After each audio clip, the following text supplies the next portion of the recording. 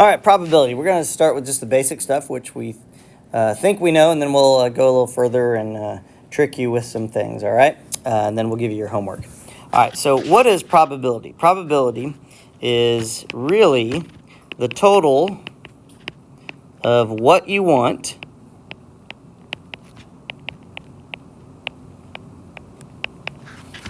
divided by the total of everything.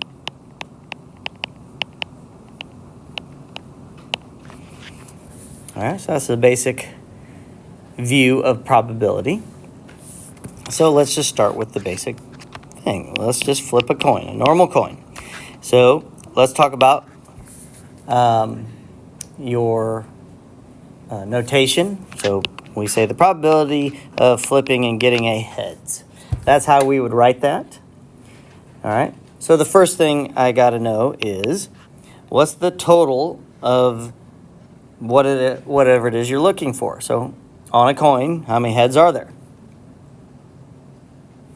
Come on. One. There's one head. Okay. And then the total of everything, well, how many things are on a coin? Two. All right, so heads and tails. So the probability of flipping a coin and getting a heads, we all know is 50-50, 50%. So there's three ways to write probability. 1/2, as a decimal, and then also as a percentage. So typically what we're going to be doing today is leave everything as a fraction. Don't reduce it unless you think you need to for some sort of calculation. I'll explain why in a minute. But in general, this is the only time we don't reduce our fractions as in an answer. Okay, so let's talk about dice. And whenever it says dice, it's talking about a normal number cube. Okay, I have a whole closet full of different types of dice. So whenever it says dice, it's a normal number cube. So if I said, what's the probability of rolling the number 2? So the total of what you want means how many number 2s are on a number die? 1, all right? And then how many numbers are on a number cube? 6. All right, 1 6. There you go. That's the answer of rolling a 2. Very simple, starting out easy. All right, let's talk about cards, a deck of cards. So some people don't really understand how many cards are in a deck and what is in it for some reason. There are people that don't play cards. So in a deck of cards, there are hearts, diamonds, clubs, and spades. Those types of shapes. There's 4 different types of cards. They're called suits. And they're numbered. Ace is number 1. Then 2, 3, 4, 5, 6, all the way up to 10. So there's 10 of those cards. And then you have jack, queens, and kings. So 3 more than those 10. So there's 13 hearts. There's 13 spades, 13 clubs, and 13 diamonds. And so there's 4 times 13. That's 52 cards in a deck. All right. So if I said, what's the probability of an ace of hearts? Well, how many ace of hearts are there? 1. There's only 1 ace of hearts. Out of how many cards are there? There's 52. And that's your basic probability of just doing one draw or one flip of a coin or one roll of a die. Well, what happens when we start to flip the coin more than once, roll the dice more than once, and pick more than one card? That's when probability starts to change. It all depends on certain things. So let's start easy, and let's go to the probability. We'll stay with coins here. We're going to have heads and tails. So the word "and" means we're going to multiply. Heads and tails. Or and then tails. If you see the word then, that's just an extension of the word and. All right? So the first probability is always your basic probability. So what's the probability of heads? 1/2. And, meaning multiply. Then you flip the coin again. What's the probability of getting tails? 1/2. So the probability you flip the coin twice and you get heads and then tails is going to be 1/4, or 25% chance that you'll get a heads and then a tails. So see how quickly your probability goes down just with 2 easy cases. What happens when the probabilities are a lot less? Well, let's do a number cube. What's the probability of rolling a 2 and odd? So the first question, what's the probability of a 2? 1/6. All right, good. And then we roll the number cube again. What's the probability that you roll an odd? Well, again, look at your basic probability. The total of everything we want. How many odds are there?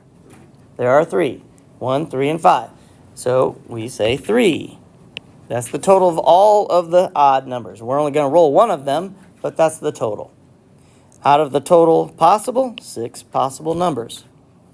So, again, what is that answer? That's going to be 3 out of 36, or 1/12. In that case, 3 out of 36 is pretty good to look at. That way you see the total possible in the denominator. 1/12. See how that probability has gotten a lot worse, and there's only 6 possibles. Maybe we should play for homework and see how you guys do. Let's do cards. What's the probability of drawing an ace and a king? So you're being dealt 2 cards. What's the probability of an ace? 4 out of 52. What's the probability of a king? 4 out of 52? After you retake the... Okay, so now that we start to see the transition and the difficulty. Well, was the first card that we were dealt an ace? And did we put the card back? Or did we keep that card? That changes everything, doesn't it? All right, so in a case like this, you need to know something. So we're going to start and say that these are independent events. Okay? Independent.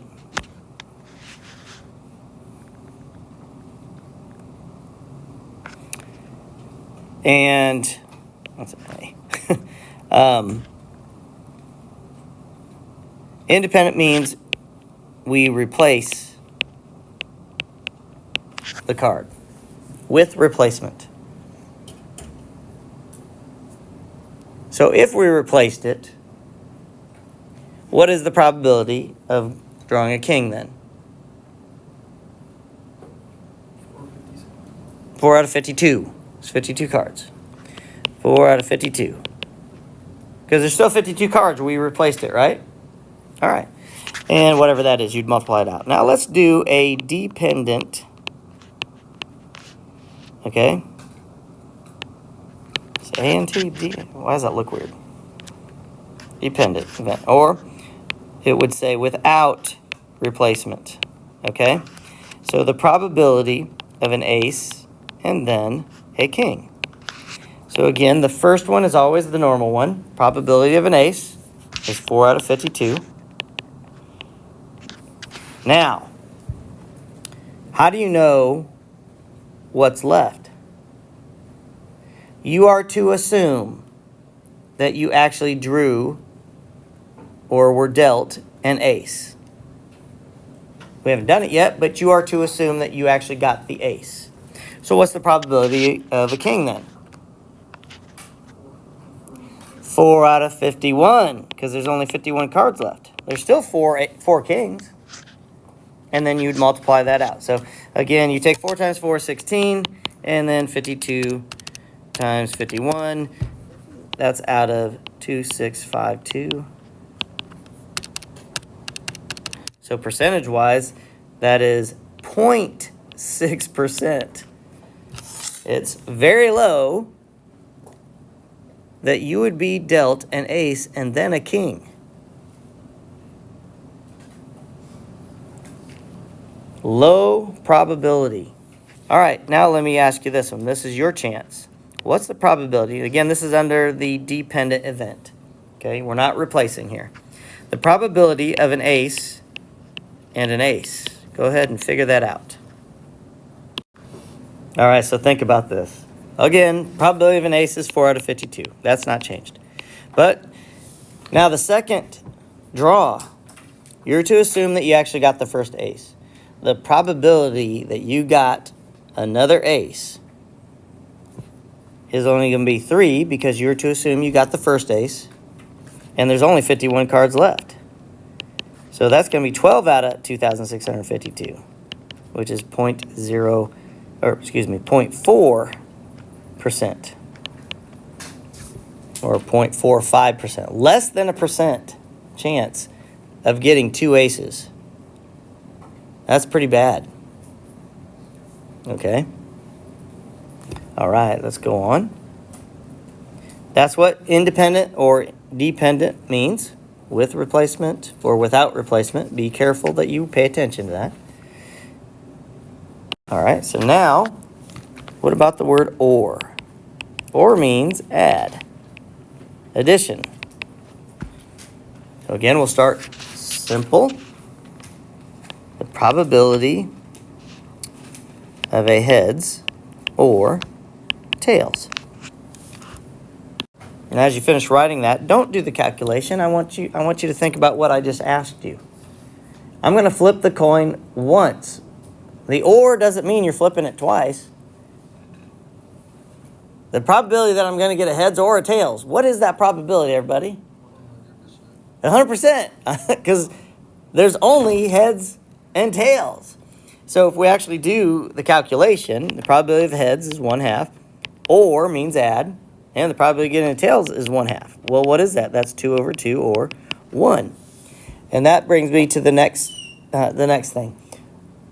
The total of all the probabilities, all the different things that you have, added together should equal 1.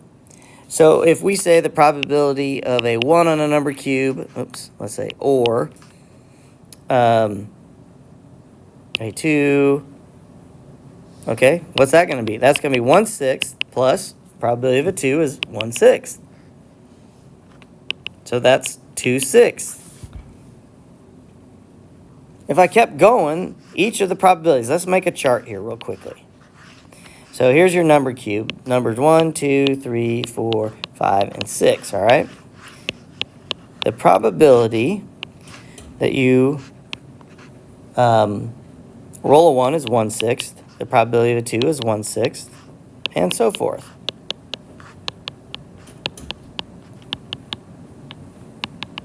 Well, what's your total? Isn't that 6 over 6, which is 1? So if you add all the probabilities of every possible event, they should add up to 1.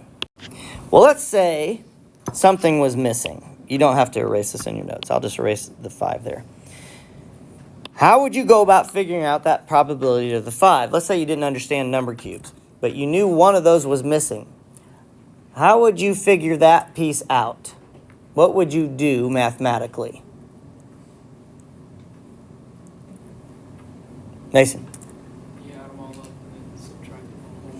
Yeah, they're supposed to add up to 1, so wouldn't you subtract all of those from 1 to get what was missing? And you do definitely have that in your homework. And there are going to be decimals and a whole bunch of weird things in there and things that you don't know what that probability would be.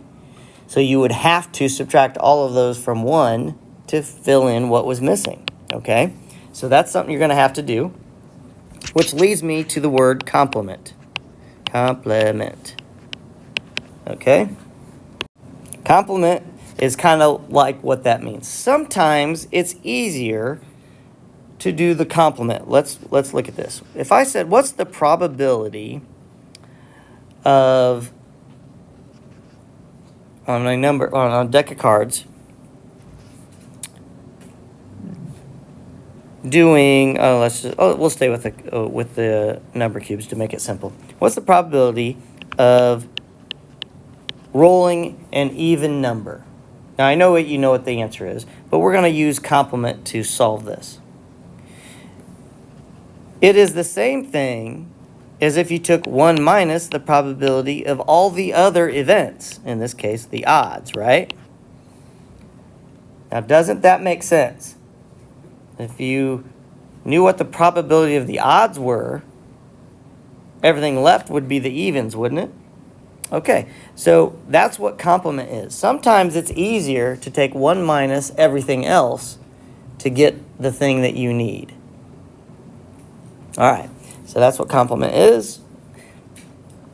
Now, let's complicate things. Just when you thought it was too easy, too good to be true. What's the probability of, let's make one up here. How many people are wearing shoes with laces? Raise your hand so I can count you. Shoes with laces. 1, 2, 3, 4, 5, 6, 7, 8, 9, 10, 11, 12, 13, 14, 15. Oops, I'm sorry. Probability of shoe laces. Okay. Let's see here. Or. Okay, so shoelaces, we got 15. How many people do we have in here? Let's see, 4, 8. We got 21 of us in here. 15 out of 21 have shoelaces. Now, raise your hand if you have long sleeves. Okay, raise your hand if you don't have long sleeves. There's 2 of us. 2 of us in the room. Okay, so the probability that we have shoelaces or long sleeves. You would tell me that answer is 17 out of 21.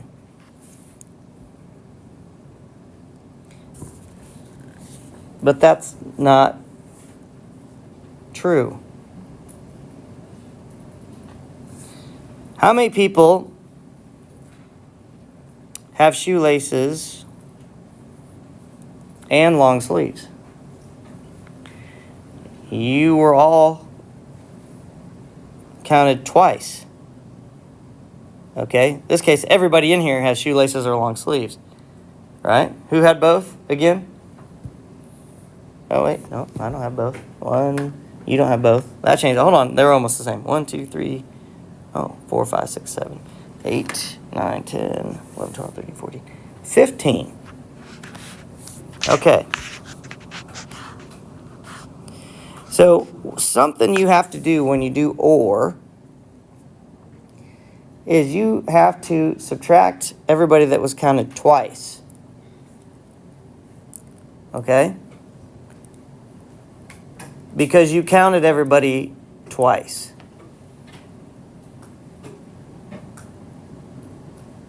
Well, let's think about this. If I said something that we have more than that. There's only 2 of us with short sleeves. Let's change it a little bit so it makes a little more sense. What is everybody wearing? Okay, let's change it from long sleeves. So we'll still do shoelaces. Shoelaces are too many, but we'll do that. 15 out of 21. Or if you're wearing a hoodie. How many people are wearing a hoodie? Raise your hand. Oh my gosh. 1, 2, 3. That's too many again. Oh, raise your hand. 1, 2, 3, 4, 5, 6, 7, 8, 9, 10, 11, 12. Okay, 13. We'll do that. Plus 13. Does this make sense? Look, if I add those 2 together, I get 28 out of 21. Is that possible? To have more than 100%? What this is asking is if somebody comes in the room and randomly picks somebody, the probability that they're going to pick somebody that has shoelaces or is wearing a hoodie is going to be more than 100%? That doesn't make any sense. The point is, some of you were counted twice. You can't double that. Nothing can be counted twice. So raise your hand if you rose your hand twice. You had shoelaces and you rose your hand because you had a hoodie. 1, 2, 3, 4, 5, 6, 7, 8, 9, 10, 11, 12. You have to subtract. So 28 out of 21. You have to subtract, how many did I say? 12? The 12 out of 21. What does that give you? Yeah, 16 out of 21. That's the probability of the true or statement. Now think about this. If I said the probability of a 1 or a 2, you still have to subtract the overlap, what was counted twice. But if you're rolling a number cube, nothing is counted twice, right? So that's still the same. That's 1/6 plus 1/6. And if we subtract the overlap, which there isn't any, you still get the 2/6. We just don't ever teach you to subtract until we get to this level. So anything that's been counted twice has to be subtracted. All right, so let's look at this on a chart. If we had a chart and I asked all my classes, so we have shoelaces are in this column. All right, and blah, blah, blah. You have all these different things that you're doing, okay? And over here on the top, we have hoodies. All right, and you have these totals on the sides, and you have the grand total here, and you have the totals on the bottoms. This is what your charts are going to look like. And I said, what's the probability that you will have shoelaces or a hoodie? Well, aren't you counting this block twice? So that's the problem. You're counting people more than once, and you shouldn't be. So that's why you have to subtract that value when you do this. If you've been given a chart, that's the piece that you would subtract. Now, here's the last part. Given, the probability of that you have shoelaces given you're wearing a hoodie. How would you do the given statement? The only thing you do, this is how you do this. Listen very carefully. If you see given, you are to only look at the given information. In this case, we would only look at the hoodie statistics. We would not look at anything other than the hoodie information. So whatever number that is in that block out of the total at the bottom would be my answer. That's how you do the given. You exclude everything else in the chart. Does everybody understand? Excellent. So that's your assignment.